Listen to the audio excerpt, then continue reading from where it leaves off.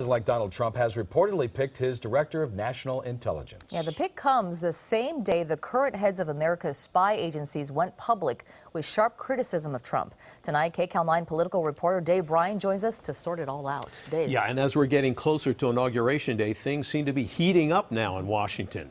The heads of our country's top intelligence agencies went to Capitol Hill today to defend their findings that Russia was responsible for hacking the presidential election, something Donald Trump has issues with. This was a multifaceted campaign, so the hacking was only one part of it. America's highest-ranking intelligence official left no doubt that it was the Russians who hacked the DNC and the chairman of the Clinton campaign, John Podesta. It was a day when the national intelligence leaders got to tell their side of the story after having been repeatedly challenged by President-elect Donald Trump since the November election. You say you think this was approved at the highest level of government in Russia, generally speaking, is that right? Yeah, that's what we said. Okay, who's the highest level of government?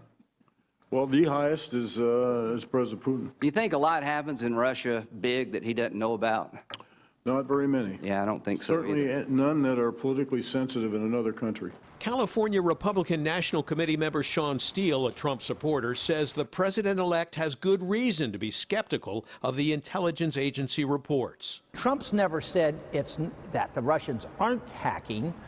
He just wants more information, but they're not telling us how the connection is, who the connection is, how it was done. House Speaker Paul Ryan, who hasn't always had a smooth relationship with Trump himself, says in this case there's good reason to be cautious about exaggerating the Russian hacking reports.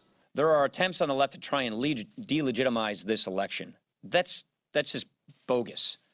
He won fair and square. He won clearly and convincingly. And then there was the issue of WikiLeaks founder Julian Assange, who denied the leaked emails and documents released during the campaign were provided by the Russians. Trump indicated Assange had more credibility on that issue than the American intelligence agencies. I find it unfathomable that a Republican president-elect would side with Julian Assange, who has dumped hundreds of thousands of documents, often to the detriment of the United States, side with them over his own intelligence agencies. It's really unthinkable. Trump responded with a tweet blaming a favorite target, the dishonest media, he wrote, like saying that I'm in agreement with Julian Assange. Wrong.